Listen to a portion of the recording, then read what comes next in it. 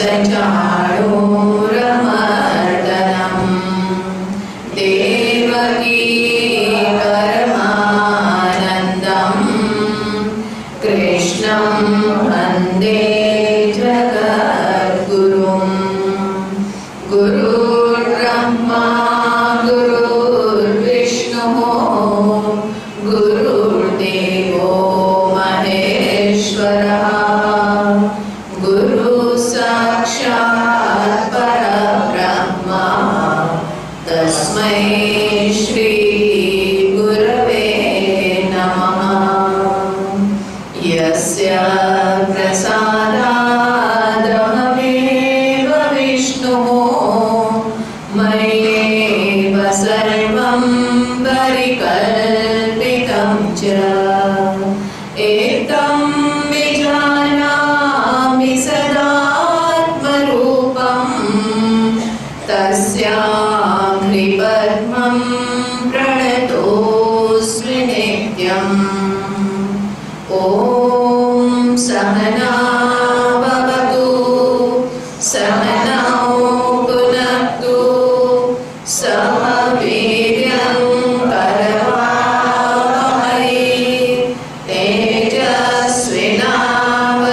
तेजस्विनावधीतमस्तु मा विद्विषावहै। ॐ शान्ति शान्ति शान्तिः। श्री भगवानुवाच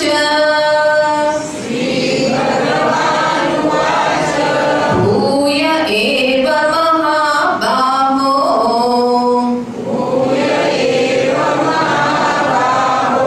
शृणु मे परमं वचः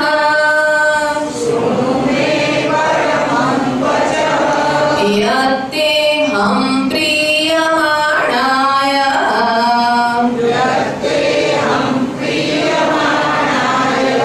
वक्ष्यामि हितकाम्यया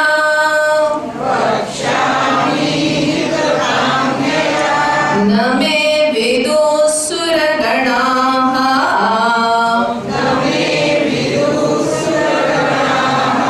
प्रभवं न महर्षयः अहमादिर्हि देवानां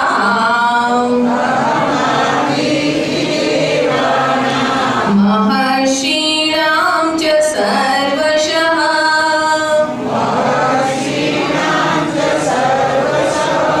यो मामजमनादिं च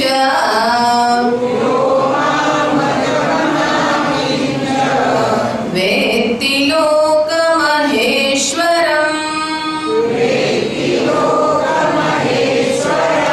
असम्मूढः समर्थ्येषु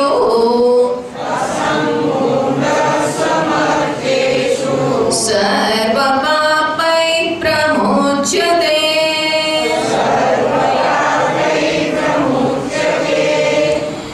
તો ભગવાન અહીંયા આગળ વિભૂતિ બતાવવાનું પ્રારંભ કરતા એ વિષયક અર્જુનના મનની અંદર એક જિજ્ઞાસા જગાવે છે।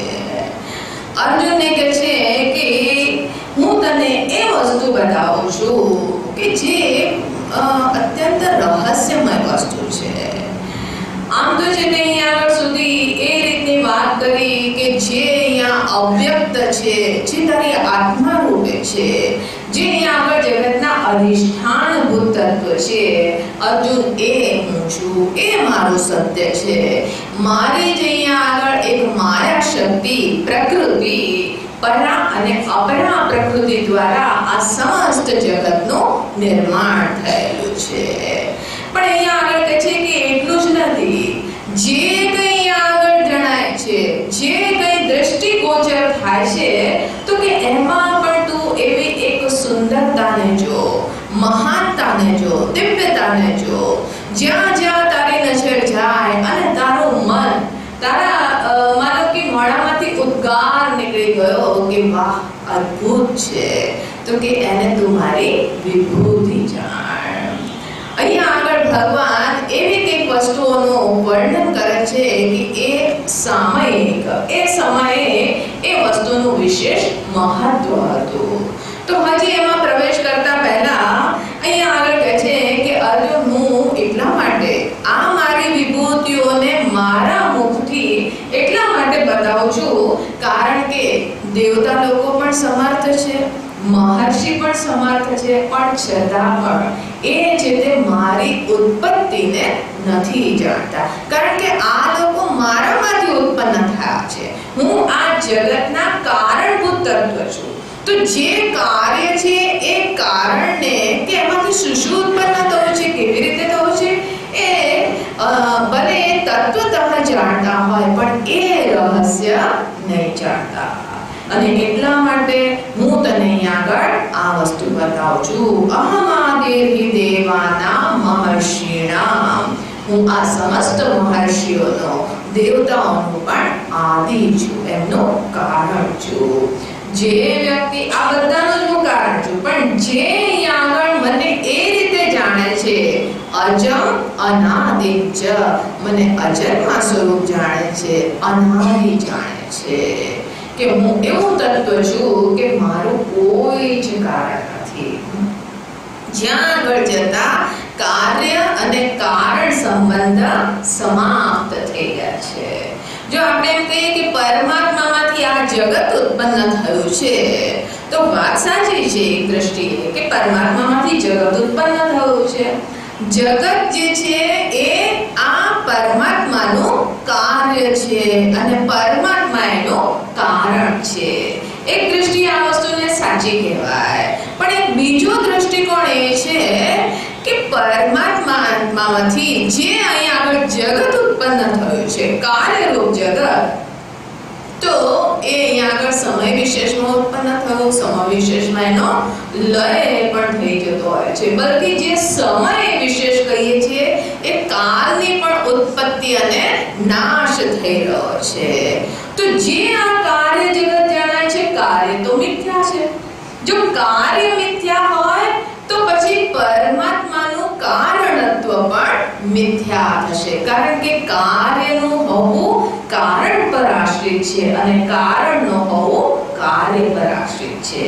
પિતાની અપેક્ષા પુત્ર અને પુત્રની અપેક્ષા પિતા, આ બંને એકબીજા ઉપર આશ્રિત છે ને.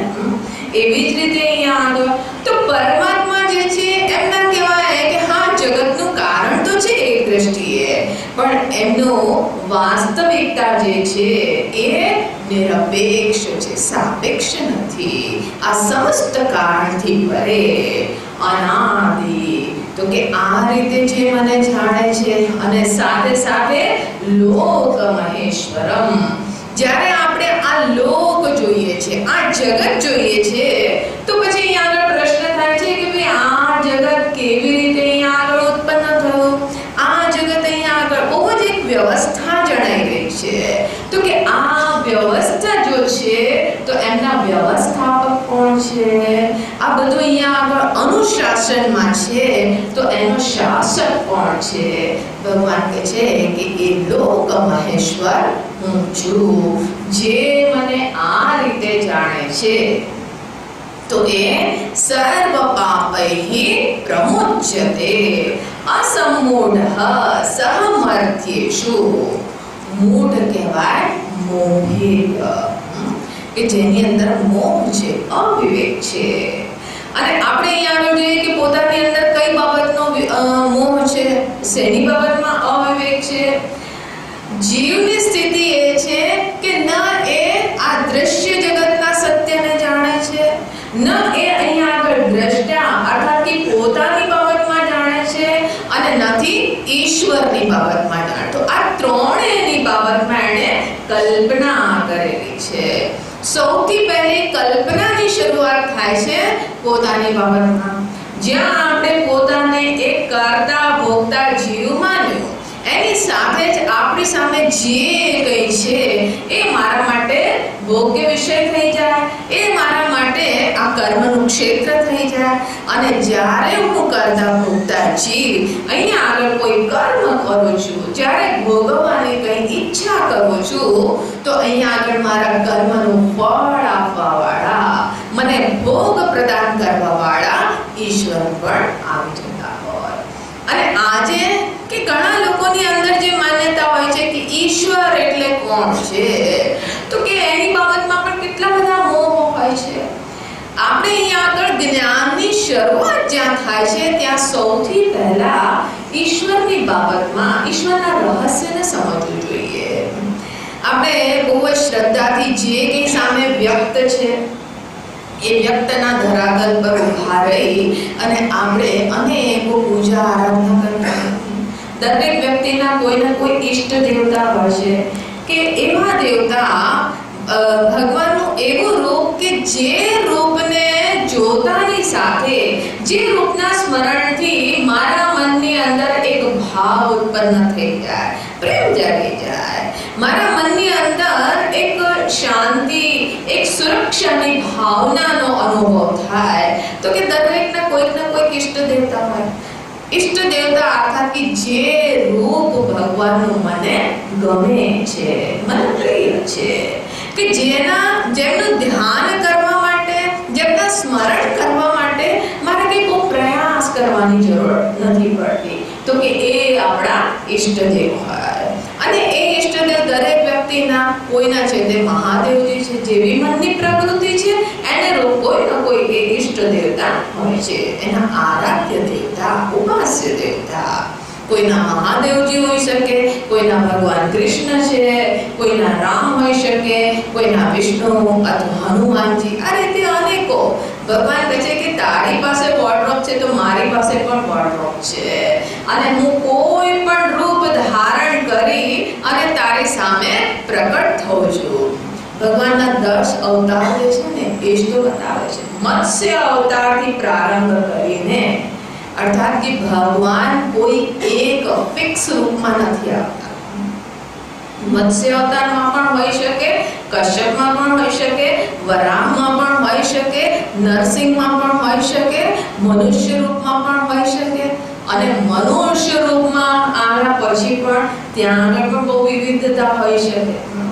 ક્યાંક છે તે એમની અત્યંત સૌમ્ય પર્સનાલિટી, મર્યાદા પુરુષોત્તમ, અને ક્યાંક તો કે નટખટ મુરલી મનોહર, તો એવી રીતના મહાન ડિપ્લોમેટિક, તો કે એવી રીતના પણ હોઈ શકે. એટલે એમના મનુષ્ય રૂપમાં આવીને પણ એમની પર્સનાલિટીમાં, એમના વ્યક્તિત્વમાં કેટલું અહીંયા આગળ ભિન્નતા જણાય છે. કે આવી રીતની વિવિધતા જે એમના રૂપોની અભિવ્યક્તિમાં જણાતી હોય છે એ શેને માટે, તો કે દરેક વ્યક્તિની પ્રકૃતિ જુદી જુદી હોય છે. જેવી રીતે ડાઇનિંગ ટેબલ પર અનેકો વ્યંજન હોય. હવે કોઈ કહે કે ભાઈ અમને તો રીંગણાનું શાક નથી ભાવતું.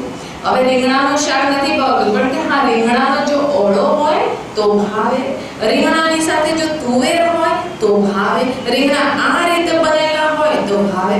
હવે એક જ રીંગણામાં આટલી વેરાયટી જે બિચારી માં હોય એને બનાવવી પડે, કારણ કે એક છોકરાને આ ભાવે છે, એક છોકરાને આ નથી ભાવતું. તો ભગવાને પણ અહીંયા આગળ આ જે અનેકો મનુષ્ય છે, અનેકો જીવ, દરેક વ્યક્તિની પ્રકૃતિ જુદી જુદી છે, અને એટલા માટે એ રીતે પોતે પોતાને માનો કે વ્યક્ત કરે છે. તો જે આરાધ્ય દેવતા છે, કોઈ ને કોઈ આપણે નામ રૂપને ધારણ કરી, નામ રૂપને સામે રાખી અને આપણે એની ઉપાસના કરતા હોઈએ. જે ઉપચાર પોતાના માટે કરી રહ્યા છે એ જ ઉપચાર એમના માટે કરીએ છીએ, એને આપણે પૂજા કહેતા હોઈએ કે અમે ભગવાનની સેવા કરીએ છીએ, પૂજા કરીએ છીએ. અને પૂજાની અંદર કે કહીએ સ્નાનમ સમર્પયામિ, આસનમ સમર્પયામિ, ચંદનમ સમર્પયામિ, વસ્ત્રમ સમર્પયામિ. જે વસ્તુ પોતાના માટે છે, સૌથી મહત્વપૂર્ણ નૈવેદ્યમ નિવેદયામિ. બોલે એ તો ભૂલાવું ના જોઈએ, નૈવેદ્ય તો જરૂર. અને એમાં આપણે કયા નૈવેદ્ય ભગવાનને ધરતા હોય જે આપણને ભાવતા. આમ તો સ્વામીજી મારે છે ને તે મીઠાઈની ગાથા છે, પણ આજે ભગવાનની એવી ઈચ્છા છે કે રબડીનો ભોગ લગાવો. એટલે આજે મેં રબડી બનાવી. આમ તો મારે મીઠાઈની વાત, પણ ઈચ્છા છે હવે હું રબડી નથી ખાતી, પ્રસાદ ખાઉં છું. તો નૈવેદ્ય આપણી અનુકૂળતાના હિસાબે આપણા મનપસંદ આપણે નૈવેદ્ય ભગવાનને ભોગ લગાવીએ. તો આ રીતે જે ઉપચાર પોતાના માટે કરે છે એ ભગવાન માટે કરી રહ્યા છે. તો આ એક ભગવાનનું જે અહીંયા આગળ દ્રષ્ટ રૂપ છે, વ્યક્ત રૂપ છે, ત્યાંથી આપણે એ ઉપાસના પૂજા આપણી એક સાધના પ્રારંભ થાય છે. પણ આ જે આપણી સામે જે ઉપાસ્ય દેવતા છે એમના પ્રત્યે આપણી શું દ્રષ્ટિ હોવી જોઈએ કે સાક્ષાત પરબ્રહ્મ પરમાત્મા આ રૂપે અહીંયા આગળ અભિવ્યક્ત છે. આજે આપણને પરબ્રહ્મ પરમાત્મા કોણ છે નથી ખબર. આજે આપણને એ નથી ખબર કે ઈશ્વર કોણ છે, એમની બાબતમાં પણ પૂરું જ્ઞાન નથી. પણ આપણે એટલું માને છે કે હા જગતના કરતા ધરતા કોઈ છે જે અહીંયા આગળ જેમણે મને જીવન આપ્યું છે, જે મારા જીવનમાં કોઈ પરિસ્થિતિ આવે છે તો એમને હું પ્રાર્થના કરું છું અને મારા છે તે અહીંયા આગળ સમાધાન થઈ જાય છે, મારી પ્રાર્થના કોઈ સાંભળે છે. એટલા માટે આપણે એક રૂપને એક નામને ભગવાન રૂપે એમની પૂજા કરી. ત્યાંથી છે તે આ પ્રારંભ થયો અને એ પછી ધીમે ધીમે એમાં પણ આપણે એક આગળનો ઉપરક્રમથી એમને ગ્રહણ કરતા જઈએ. તો આ રીતે ધીમે ધીમે જેમ જેમ આપણી પ્રબુદ્ધતા વધતી જાય છે, જેમ જેમ આપણે ગ્રો અપ કરીએ છીએ એમ આપણી ઈશ્વરની બાબતની ધારણાઓ બદલાતી જાય છે. અને એમ કરતા કરતા આપણે ઈશ્વરને કર્મફળ દાતા રૂપે જે સ્વીકાર કરીએ છીએ તો ઈશ્વર કર્મફળ દાતા કેવી રીતે છે કે જે અહીંયા આગળ સમસ્ત જગતનું સંચાલન કરે છે, પૂરા જગતને કંટ્રોલ કરે છે. અને ત્યારે આ કર્મનું ફળ જે મારી સામે પરિસ્થિતિ રૂપે આવ્યું છે એ પરિસ્થિતિ નિર્મિત થાય છે. ઈશ્વરને કર્મફળ દાતા કહેવાય.